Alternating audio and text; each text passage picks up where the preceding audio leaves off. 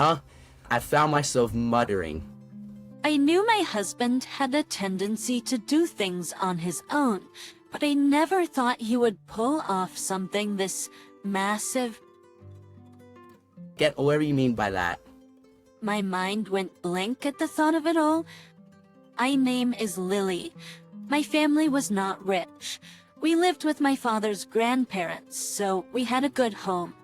But my father became ill in his 40s, so my mother had to earn money on her own to pay for his treatment and the family's living expenses. We lived paycheck to paycheck. Even as a child, I understood that.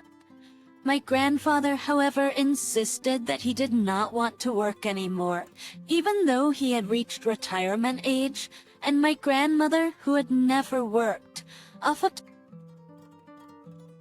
abused my mother to pass the time instead of working.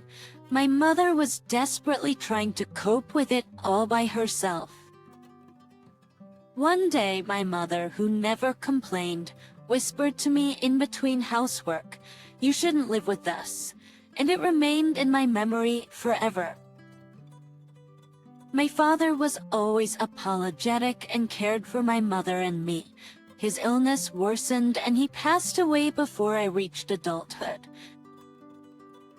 Then, sometime later, I decided that I wanted to live with my mother when I became an adult. My mother was a patient person, and after my father left, she spent her days caring for her parents-in-law and working part-time. She worked hard even though they complained to her to take care of them and do her job. I wanted to take my mother out of this old leaky house someday and set her free. I had always had no trouble studying, and once I had the goal of living alone with my mother, I studied hard, went to a good school, and received a job offer from a well-known company while earning a college degree. After that, I was committed to saving my salary by shuttling back and forth between my parents' house and the office. Thanks to this, I was able to put my grandparents in a retirement home and free my mother from nursing care. I approached my mother about moving out of her current home and finding a new one, but she said it was fine because she could still afford to live there, and told me to spend some money on myself. It's just as I said. Against in a while. I know somehow that you're saving for me, but it's enough. You paid for your grandparents' retirement home. You're still young, you should spend more money for yourself. She said to me. I had seen how hard my mother had worked for so long, and I was determined to repay her more. But she insisted that she wanted this house, which she had lived in for such a long time and knew how to use. So, while continuing to save money for the house, I tried to focus on other things a little more.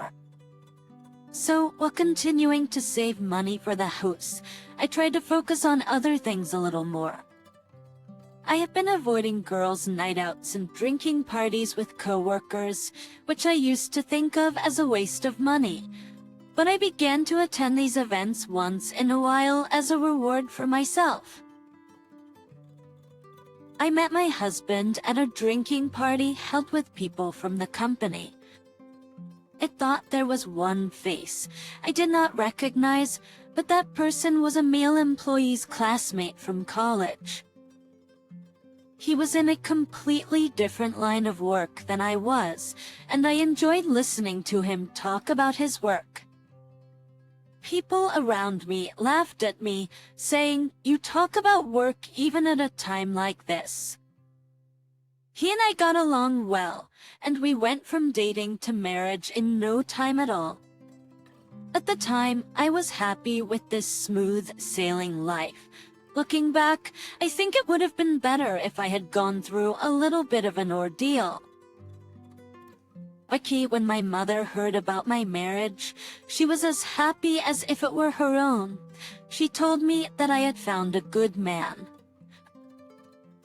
My mother jokingly told me, "This is finally a weight off my shoulders," she said.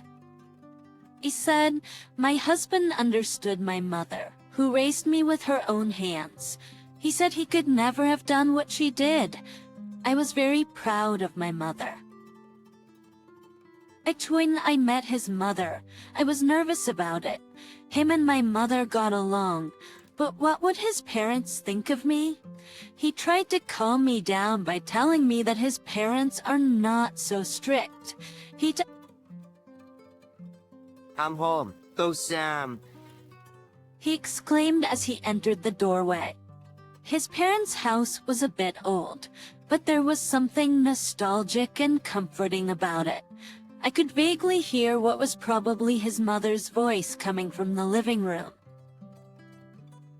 Sorry it took me so long to clean up. My first impression of his mother-in-law was that she was a friendly person. She was bright, lively, and above all, easy to talk to. Our future wife is here to greet you. Just hearing the word wife sigh felt my heart beat faster. I have been here with the intention of getting married, but when he calls me that, it makes me swoon all over again. We were soon ushered into the living room. It's nice to meet you. My name is Lily, and your son and I have been together for a while. My mother-in-law responded with a smile and said hello, then turned to him. "She's such a cute girl, you don't deserve her," she said. She's such a cute girl, you don't deserve her. My mother-in-law said this, and my husband smiled shyly, and so did my father-in-law. I can't believe you're getting married. Beak said. The conversation was so relaxed from start to finish that my anxiety was completely gone. The conversation was so relaxed from start to finish that my anxiety was completely gone. The conversation was so relaxed that my anxiety was completely gone. A time between meeting the parents and the wedding ceremony went by surprisingly quickly, partly because we were both working. But once we had decided on the dress and table arrangements, the wedding was just around the corner. It was a good memory for me that we hurriedly made the invitations together in time for the wedding. My mother also looked at my in-laws and said, "They seem like good people." She sounded relieved. They seem like good people. My in-laws always took care of me when I went to their house. It was about 6 months into our marriage that a dark cloud began to hang over our peaceful, newlywed life. And my husband had been promoted, and his salary had gone up a little, but he was now completely busy. We used to share the household chores on a strictly rotating duty system, but he sometimes came home late at night, so the household chores were now completely my responsibility. It's a busy season right now, so I have to be patient for a while. Besides, now that we are a couple, we have to overcome difficulties together. As I cook dinner, I imagine my husband working frantically at the moment. He's been texting me to go ahead and eat. I feel bad that I'm the only one who can eat while he's working so hard, so I waited until he came home. I'm home. Oh, welcome back. You haven't eaten yet. I watch him put his bag down and heat up the side dish in the microwave. I need to talk to you. I thought he was just complaining about his work, but then the unexpected words came to me. Can you quit your job? Oh, what? And my body froze involuntarily at the sudden suggestion from my husband. That inside the quiet apartment room, the only sound I heard was the dull hum of the microwave oven. Why? Like for a moment, I felt as if I was in a trance. I think I'm gonna be even busier from now on. Why not? I want you to be a housewife and support the family. Alright, yeah, but My husband continued to talk as if to suppress my words. I think if we continue to work together, the burden will fall entirely on you. Besides, my salary's scheduled to go up in the future, so even if you don't work, I'll still support us. It was true that we could live on my husband's salary alone, which he had shown me. But then, my secret dream of building a house for my mother was my true desire. I'd have a hard time living the way we do right now. But for some reason, my husband stubbornly insisted that I become a full-time housewife. Strictly speaking, I could already build a house for my mother with our premarital savings. But then we would have to worry about our own house and future savings. We might even want to have children in the future. I continued my life of work and housework with these worries on my mind. Then one day I made a big mistake at work. My boss raised his eyebrows at me saying, "This is not like you." I felt ashamed of my inadequacy and apologized many times. But when I got home and was having a late dinner as usual, I inadvertently told my husband about it. My husband immediately said, "See, I told you to quit your job." But I didn't mean it that way. Then my husband's words stunned me. You're going to continue to cause trouble at work. I couldn't think of anything to say. Recently, my work efficiency had begun to decline, and I was making more mistakes than I realized. This is the first big mistake I've made, but if my desire to keep working causes my coworkers and bosses trouble again, I'll support you. I'll support you. In the end, I submitted my resignation as my husband urged me to do. But for a while, I was able to concentrate on household chores and get enough sleep, and I felt that my physical and mental health was improving. I was also able to support my husband better than before. I thought things were going to turn around, but instead, I was forced into a tight corner. I regretted many times that I had not quit my job at that time. You don't have a job. Your husband supports you. I can't believe you. As soon as my mother-in-law found out that I had become a full-time housewife, her attitude changed drastically. It was not only my mother-in-law, but also my father-in-law. You married our son because you just wanted to spend all day lounging around, didn't you?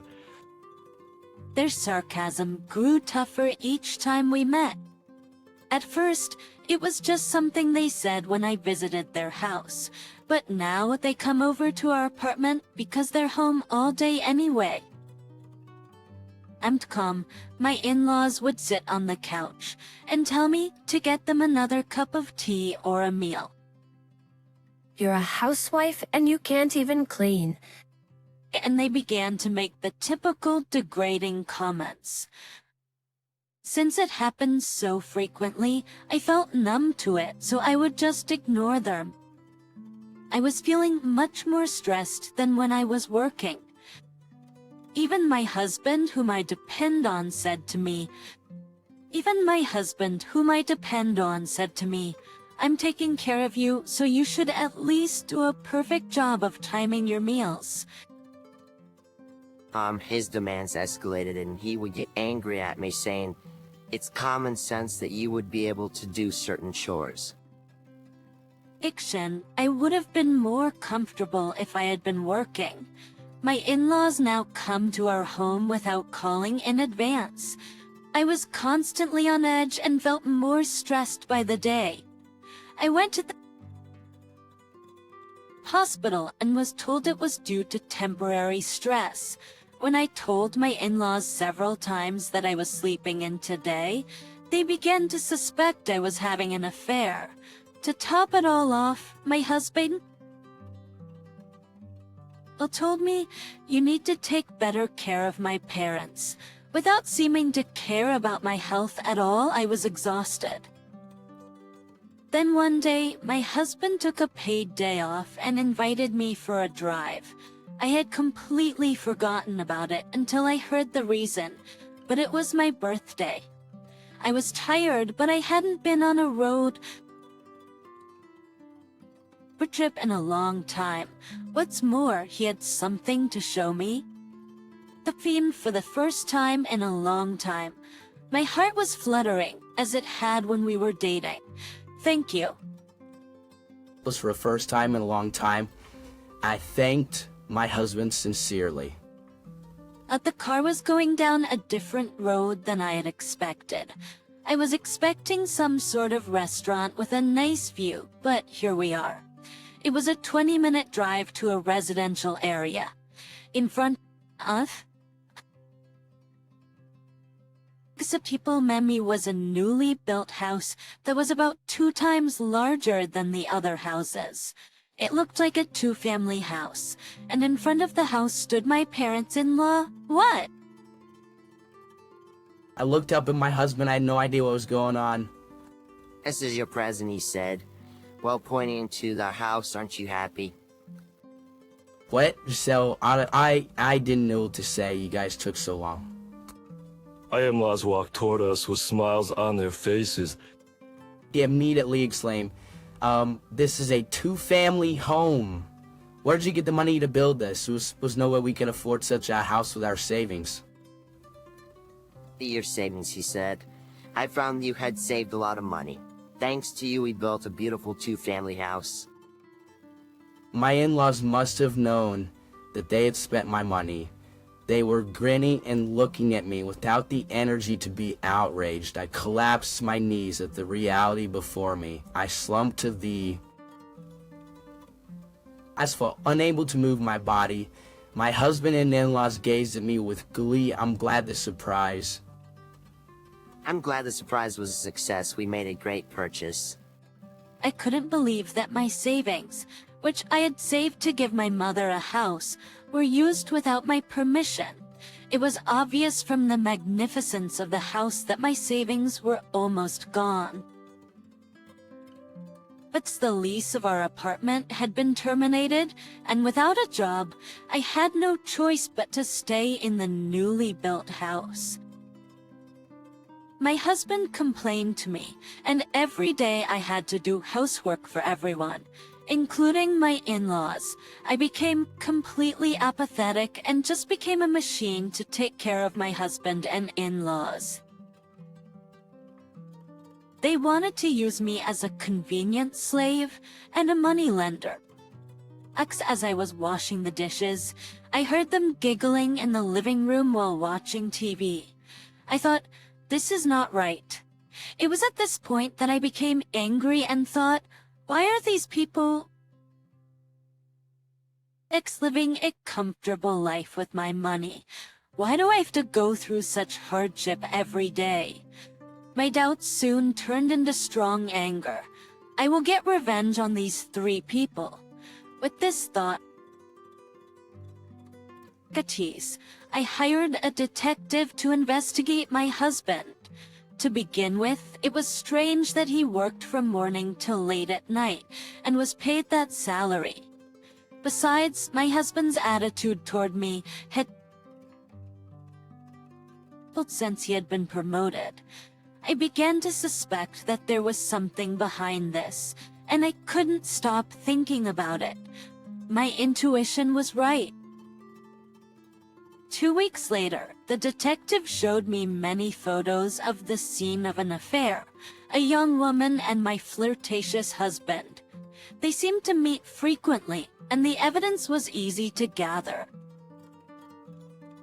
Action overseas. I then consulted a lawyer and planted a recorder in our house. The purpose was to record my parents-in-law's treatment of me as evidence.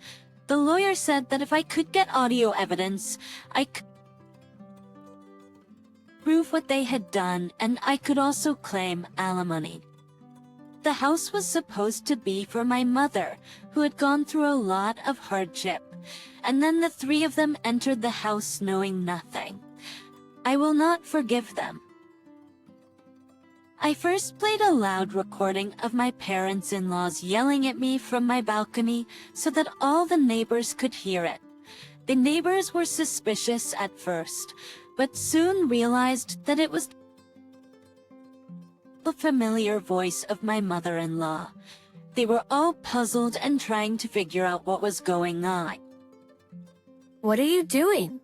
My mother-in-law's angry voice sounded exactly like the yell in the recording. No, this isn't what it looks like. You see, my in-laws rushed to the second floor to come see me, and I said to them, I can't take it anymore. I'm getting a divorce. I can't take it anymore. I'm getting a divorce. It seemed that my husband immediately heard about the commotion. It was only 7 o'clock at night, but he came home. You, what have you done? How dare you humiliate my mother and father? For a moment, my husband was upset. I had to beg them to let me go home early because, like, phone home. You're giving the company a hard time. It's your fault. He yelled at me menacingly, but I was no longer afraid of my husband's yelling. Oh, I thought you had a lover's place again. At those words, all three of them froze at the same time. My mother-in-law said, "Are you crazy?" But her expression remained the same. Then my father-in-law, as if in retaliation, banged on the desk and yelled at me, "You grew up poor, so we took you in. So it's only natural that you should show this level of filial piety." Ina's right. And I knew you're so picky about money, but when you get married, your property belongs to you and your husband. Don't think that you can spend it as you please. Both my mother-in-law and father-in-law, perhaps energized by the situation, began to yell at me in their usual tone of voice. Don't you know the law? If I get married and it's money I saved before we got married, it's mine. My mother-in-law said, "Wah!" But I interrupted her. Parasites, that's what my mother-in-law used to call me. This time, I had to remind her who the real parasite was. In the presence of my lawyer, I confronted my husband with the divorce papers. But to theory at first, my husband said to me, "Is this some kind of a threat? I won't budge. You parasite?" I can take your words as evidence of domestic violence, my lawyer said, and that shut him up. I'm gonna charge you for taking and spending my money without my permission, for what the three of you did and said, and for your cheating on me. The three of them widened their eyes. My husband says that the affair is all a lie, so I told him. One season, just as saying, I don't want to show this in front of your parents, but I laid out the photos in the envelope in front of my husband. The look on my husband's breathless face was truly exhilarating. As a result, my husband and in-laws decided to pay me alimony, and the house, which I had bought with my savings, became mine. I immediately replaced the locks and evicted the three of them. Immediately after the divorce, the three of them yelled at my doorstep, but the visits naturally ceased as they could not bear the eyes of the neighbors who heard the outbursts. The house is now occupied by my mother and me. I'm not getting married for a while, but I'm glad I did this. You did me a great favor. My mother seems to have liked the house more than she expected. She now holds tea parties with her friends every once in a while. A friend of mine asked me if I would help out at a company she recently started, and now I am spending busy but enjoyable days as a full-time employee. It seems I am a workaholic after all. Actually, my ex-husband was fired after he was caught cheating on me at work. Apparently, his boss found out that he went to a hotel while he was on his rounds. Apparently, his work attitude had been bad since he was promoted, and there was no upper management to oppose him. The person with whom he was having an affair was his coworker, and she apparently resigned voluntarily once rumors started spreading about her. It was probably a good thing for me that she was not fired. After all, I had demanded compensation from her as well. If she doesn't pay it, she'll be in trouble. The reason why I know this story is because the company where my ex-husband used to work is now an important business partner of ours. It is still a small company, but I am proud of the fact that they already have a good reputation. My in-laws cannot live on their pension, so they are working part-time for low wages to pay the rent and living expenses, including their unemployed son. Sometimes they would say outrageous things like, "I was supposed to live in a mansion," or "We've been cheated." My ex-husband is also having a hard time because he is being forced to build a house as soon as possible. The construction workers told them that it would be impossible unless they work as well, and they have been quiet for now. My ex-husband seems to be having a rough life now, but it's just a nice feeling for me because I know his true nature. Let's go. We are going shopping today. I need to forget the bad memories as soon as possible and enjoy life. Thank you for watching.